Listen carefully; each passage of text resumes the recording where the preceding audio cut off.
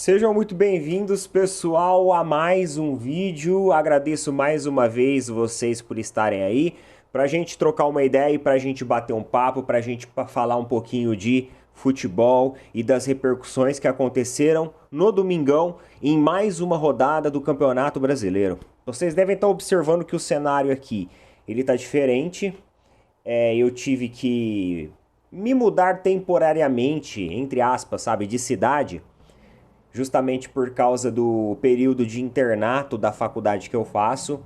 E aqui a gente fica num hotel. A gente fica num hotel, divide quarto com amigos de sala aí. Então, acostumem-se com esse cenário aqui, porque ele vai ser uma peça marcante aí nas próximas semanas de vídeo. Final de semana eu vou lá para minha casa, as cidades são próximas, mas por enquanto a gente vai ficando por aqui. E a pré-convocação da seleção brasileira ao Ancelotti? Vamos falar sobre isso também e vamos falar sobre as principais repercussões dentro do Campeonato Brasileiro e do futebol brasileiro de ontem. Bora pra vinheta? Bora pra vinheta e a gente já volta.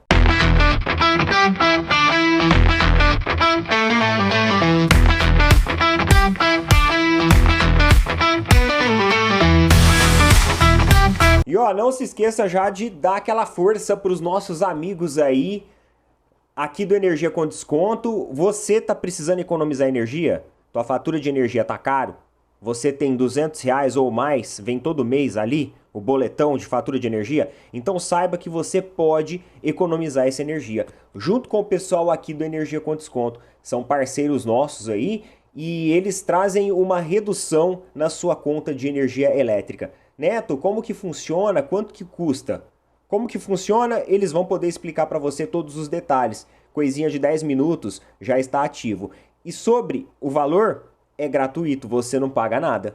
Ah, não tem nenhuma taxinha? Não tem nenhuma taxinha, galera. Não tem pegadinha, não tem taxa, não tem letras pequenas, não tem custo de ativação, não tem absolutamente nada. É feito para você economizar energia. Energia com desconto. Já tem muita gente aqui da comunidade do Opina Porco que está conhecendo, que está economizando energia e você pode ser o próximo. Clica aí no link fixado ou no QR Code aqui, chama o pessoal e tira todas as suas dúvidas.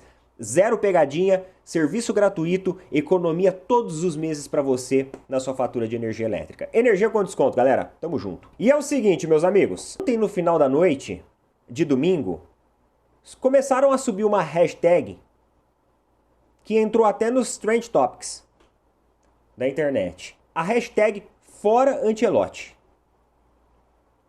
Isso porque um pedaço da lista de pré-convocação do Carlo Ancelotti para os próximos jogos da seleção brasileira, eles foram revelados. E desses nomes revelados, a gente tem 6 jogadores do Flamengo. 6 jogadores de uma mesma equipe, que foi o caso do Danilo, do Wesley, do Léo Ortiz, do Alexandro, do Gerson e do Pedro.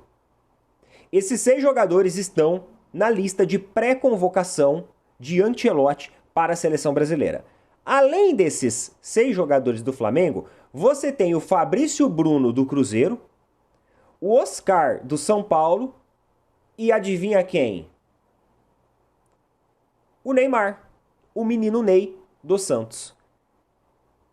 Então quando saiu essa lista com os 6 jogadores do Flamengo e mais esses 3 jogadores aqui, em específico, embora não saiu a lista completa, eu pelo menos ainda não achei a lista completa, muita gente começou a criticar, dizendo que essa lista aqui é uma lista feita por empresários e que mais uma vez a seleção brasileira vai continuar com a mesma política. Ó, galera, eu vou falar uma coisa pra vocês. A convocação do Léo Ortiz, a convocação do Gerson, a convocação do Alexandro, a convocação do Pedro, eu até entendo a convocação desses jogadores aqui do Flamengo. Até porque nós estamos vendo a lista parcial. A gente não viu a lista inteira ainda. Isso aqui é uma pré-convocação. 50 nomes serão pré-convocados. Apenas 23 vão estar na relação final. Então isso não significa que esses nomes aqui estarão na relação final. Agora, quando eu olho o Oscar, que é o meia lá do São Paulo, Fabrício Bruno e Neymar, eu começo a questionar Eu começo a questionar porque, no meu entendimento, o Oscar ele não tá apresentando futebol nenhum para estar pré-convocado à seleção brasileira. Ele tá lá pelo nome. O Neymar, ele não tá... Na verdade, o Neymar tá até se recuperando de lesão. O Neymar não tá nem jogando oficialmente falando. E ele tá lá pré-convocado.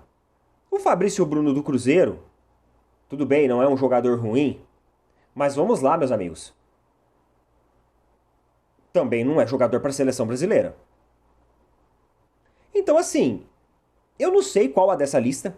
Eu não sei até porque isso foi divulgado parcialmente com tantos nomes assim do Flamengo. Ah, Neto, mas os jogadores do Flamengo são bons jogadores? Não, eu não estou questionando a qualidade dos jogadores do Flamengo.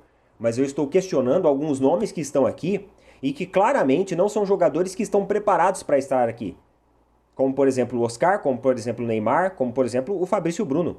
Muita gente criticou isso daqui e vocês viram, né? Vocês viram que o próximo presidente da CBF, Samir Chaoud, o Samir Chaoud, ele inscreveu a sua chapa para concorrer à eleição a ser o substituto de Edinaldo Rodrigues, que caiu do comando, dentro da CBF. Só tem um problema. A chapa dele é chapa única. A democracia da CBF ela é muito louca, né? A democracia da CBF é uma beleza a democracia deles. Porque eles fazem uma eleição com apenas um único candidato. Pessoal, eu vou falar uma coisa pra vocês. É uma comédia isso daqui. É uma comédia. Isso daqui mostra o jogo político dentro do país que a gente vive, lamentavelmente. De classificação do Campeonato Brasileiro agora atualizada. Palmeiras, primeiro lugar, 22 pontos. Flamengo, segundo lugar, 18 pontos. Cruzeiro ultrapassou o Red Bull Bragantino, que cai para a quarta colocação. Em quinta colocação, o Ceará. Em sexta colocação, o Bahia. O que falar do jogo do Palmeiras de ontem? Um jogo amarrado, um jogo onde o Red Bull, o Bragantino, fez uma marcação muito forte em cima da equipe alviverde. Ótima articulação ali do Red Bull Bragantino, encontrou ali um belo gol numa construção, numa jogada realmente muito bacana que o Red Bull fez. Encontra o seu primeiro gol, faz o seu primeiro gol em cima do Palmeiras. E chegou um momento naquele jogo, galera, que eu olhei assim e falei assim, olha, desse mato não sai mais cachorro. O Palmeiras, ele vai perder esse jogo. Mas, para vocês entenderem como que o Palmeiras, ele é uma equipe embaçada de se enfrentar. Porque quando você acha que dali não sai mais nada, simplesmente as mudanças, elas começam a acontecer. E aquilo que faltava pro Palmeiras ano passado, começa a surtir efeito esse ano. Porque daquele joguinho moroso, daquele joguinho feio, daquele joguinho onde o Palmeiras esbarrava nos jogadores do Red Bull Bragantino, onde parece que não ia sair muita coisa, o Palmeiras começou a encontrar uma performance conforme as substituições elas iam acontecendo. Então a saída de Flaco Lopes, a entrada do Maurício, elas acabaram trazendo uma dinâmica diferente para o Palmeiras e fez com que a equipe ganhasse fôlego para ir em busca da virada. E a virada, meus amigos, ela aconteceu. Ela aconteceu da cabeça do nosso zagueiro, que foi o Murilo, e ela também aconteceu do Maurício, que também entra no segundo tempo, muda-se o paradigma do Palmeiras, muda-se a dinâmica do Palmeiras e mais uma vez nos traz aí uma postura decisiva. Então a maior diferença do Palmeiras dessa temporada para o Palmeiras da temporada passada foi que os jogadores, os reforços do Palmeiras que chegaram, eles chegaram para fazer um Palmeiras mais decisivo. Mesmo com um jogo feio, mesmo com um jogo amarrado, o Palmeiras ele conseguiu sair com uma vitória extremamente importante, visto que no próximo jogo nós temos uma partida muito difícil contra o Flamengo. É dentro do Allianz? Mas é muito difícil com a qualidade técnica do nosso adversário e inclusive é o time que está na segunda colocação. Então, essa gordura que o Palmeiras ganha com a sua vitória e o empate do Flamengo, faz com que o Palmeiras, mesmo perdendo o próximo jogo, ele fique um ponto na frente do Flamengo ainda. E mais uma vez, uma atitude magnífica dos jogadores do Palmeiras, que ao término da partida vão até a torcida, o setor visitante e comemoram junto com o torcedor. Galera, isso é uma simbologia muito forte do quão comprometida essa equipe está com o seu torcedor acima de tudo. Então olha só como que esses jogadores eles estão levando a sério cada jogo. Olha só como o Palmeiras tem comemorado cada jogo, cada vitória, como se fosse um título, no final junto com a sua torcida, reconhecendo, aplaudindo, gritando, pulando, comemorando ao lado do seu torcedor. Isso passa um significado muito grande. Vitória mais do que justa para a equipe do Palmeiras aí, que mostra mais uma vez que é uma equipe embaçada fora de casa e principalmente, uma equipe que tem um mental muito no lugar, porque mesmo saindo atrás do placar, teve força para reverter essa situação. Agora, no jogo de Flamengo e Botafogo, eu fui meio que acompanhando os dois jogos, sabe assim? Eu liguei no iPad um, liguei no celular o outro e fui meio que acompanhando os dois jogos. Era muito interessante pra gente também ficar de olho naquele jogo lá. Primeiro tempo do Flamengo, um primeiro tempo bem dominante. O Flamengo com um grande volume de jogo. O Flamengo mantendo o controle ali no setor intermediário. Mas mais uma vez passando por aquele problema na criação das jogadas. A falta do Arrascaeta hoje no elenco do Flamengo, ela é muito nítida quando ele não está lá. Porque embora o Flamengo tente acentuar os jogos pelos setores laterais, pelas pontas, muitas vezes o meio ele fica um pouco previsível demais. Ele fica de fácil marcação. E aí, consequentemente, quando a equipe adversária vê que não tem o Arrascaeta no centro do campo, eles conseguem fazer uma marcação melhor, inclusive até pelas pontas. A dificuldade do Flamengo tem sido realmente não ter só o volume de jogo, não ter só o domínio da partida, mas principalmente conseguir ter aquele poder de infiltração e de finalização e converter isso em gols, converter isso em resultado. Esse é um problema que, inclusive, o torcedor do Flamengo vem reclamando muito a respeito disso. No segundo tempo, as coisas foram ficando mais complicadas porque teve lesão de jogador. O De La Cruz, que é um jogador extremamente importante, se lesionou de novo. Teve uma entorse de joelho, parece que foi uma entorse de joelho. Vai ter que ser avaliado. Não sei o que acontece com o Flamengo, bicho. Sabe por quê? Eu vou fazer uma reflexão aqui com vocês. O Flamengo fez várias contratações, tanto no meio do ano passado, quanto também no final e início dessa temporada. O elenco do Flamengo fez isso, se diversificou. Lembra que eu falava pra vocês, a amplitude do elenco do Flamengo, ela é o elenco de maior amplitude no futebol brasileiro. Maior até que o Palmeiras. Existem algumas posições ali que o Flamengo tem até 3 opções de bons jogadores. Só que o clube vem sofrendo muito com lesões recorrentes. São jogadores que não conseguem ter a continuidade necessária porque sentem alguma fadiga muscular ou se lesionam, alguma coisa acontece. E isso tem prejudicado muito o planejamento e a temporada da equipe do Flamengo. Porque quando você olha para um jogo e você não tem alguns jogadores que já são extremamente importantes, e aí você perde um jogador, por exemplo, como o De La Cruz, que vem fazendo partidas boas, vem fazendo boas participações, aí, meu amigo, o time ele fica muito exposto no seu meio-campo. O Flamengo perde o controle do meio-campo e até começa a ceder um pouco, a baixar um pouco as suas linhas frente ao avanço do adversário. E isso prejudica demais a equipe. Tanto que na coletiva aqui, o próprio Felipe Luiz ativa o modo aí sincerão e fala que no segundo tempo, a partir dos 15 minutos, perdeu a mão do jogo. Porque já faz falta alguns bons jogadores que já estavam afastados, não estavam no elenco, não estavam à disposição. E aí, de repente, vai lá e perde mais jogadores, você não vai conseguindo manter o mesmo padrão tático e dinâmico da equipe. Agora, o que acontece? Cara, eu não sei. Eu não sei se é um problema individual do jogador.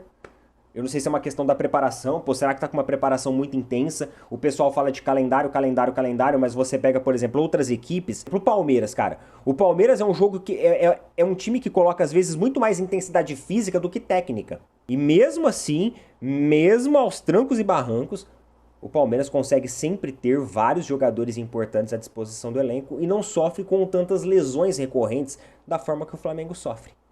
Então isso é algo que precisa ser investigado. Sério, sério, investigado. E quando eu falo investigado, não é assim, pelo amor de Deus, tá? Não tô acusando ninguém aqui, não.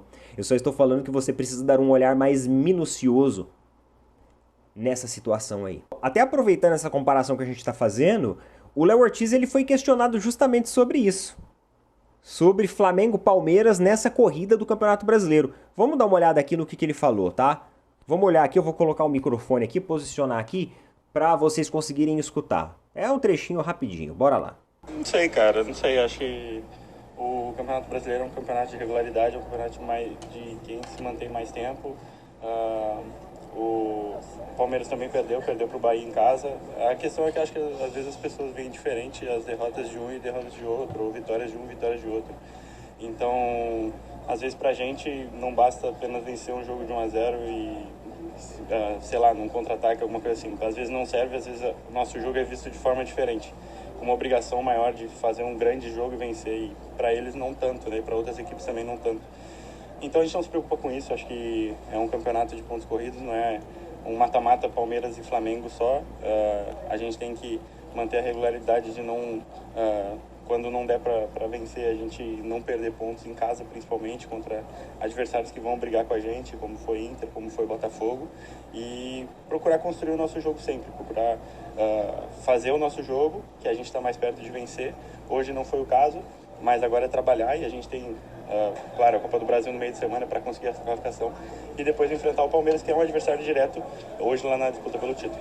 Essa declaração do Léo Ortiz, ela caiu um pouco de forma indigesta em algumas redes sociais de torcedores palmeirenses.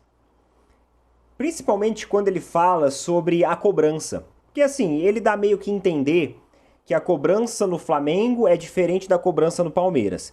Que a cobrança do Palmeiras é uma cobrança por resultado. A cobrança do Flamengo é a cobrança por um futebol meio que assim, né, bonito, dominante e também pelo resultado. E às vezes isso é interpretado, levado de uma forma diferente. E além disso, ele também dá exemplos ali de derrotas que o Palmeiras sofreu, etc, etc. Mano, assim, igual eu falei pra vocês, essa declaração dele caiu meio indigesto. Alguns torcedores palmeirenses criticou, falando assim, o cara tá de chororô, já tá arrumando desculpinha, isso e aquilo. Mas eu entendi o que ele quis dizer. E eu concordo. Eu concordo, sabe por que eu concordo? Porque, cara, é muito diferente. Se o Palmeiras ganha um jogo na Bacia das Almas por 1-0, a torcida, meu amigo, ela vibra. A torcida, ela faz a festa. Os caras comemoram praticamente um título com uma vitória dessa. Bem, vocês viram aí vitória sobre Red Bull Bragantino, vitória sobre São Paulo em cima da hora ali, vocês viram a festa que a torcida fez. Agora, no Flamengo, eu já vi assim, o Flamengo ganhar de 2-0 e o torcedor vai falar assim, 2-0 contra essa equipe aí? Deveria ter feito 3, 4 ou 5. Perdeu muito gol, foi isso, foi aquilo. Eu vejo muitos torcedores flamenguistas exigindo um Flamengo sempre assim, sabe, amassando seus adversários, sempre sendo dominante, sempre sendo aquele futebol show, aquele futebol arte. Então, eu acredito que o fio da meada aqui que o Léo Ortiz pegou, ele faz sentido que ele quis dizer realmente isso, que a cobrança ela é distinta porque a forma, a reação da torcida aos placares mais baixos, né, aos placares mais magros, às vitórias mais simples, ela acaba sendo diferente para as duas equipes. Então, embora muitos torcedores do Palmeiras levaram de uma maneira indigesta o que ele disse aqui, criticaram e tudo mais, eu acho que tem o seu sentido sim. A cobrança pela forma de jogo de Flamengo e de Palmeiras, ela é diferente. É só você observar, por exemplo, o Mauro César. Como que o Mauro César fala a respeito das vitórias do Palmeiras. Embora ele fale que ganhe, o Palmeiras jogou mal, o Palmeiras isso, o Palmeiras aquilo. Uma hora a sorte não vai estar do lado do Palmeiras, o Palmeiras precisa também de competência técnica, o Palmeiras precisa também disso e daquilo, aí vai de cada um. Eu, sinceramente, eu gostaria muito de ver o Palmeiras dominante, o Palmeiras com um futebol fluido, com um futebol bonito. Só que em um jogo, como o próprio Léo Ortiz falou, de Brasileirão, onde você tem pontos corridos, onde não se trata de um mata-mata entre Flamengo e Palmeiras, o importante, na maioria das vezes, acaba sendo a vitória. aí vai da estratégia de cada um. Coloca nas opiniões aí, tamo junto, valeu, falou, até mais.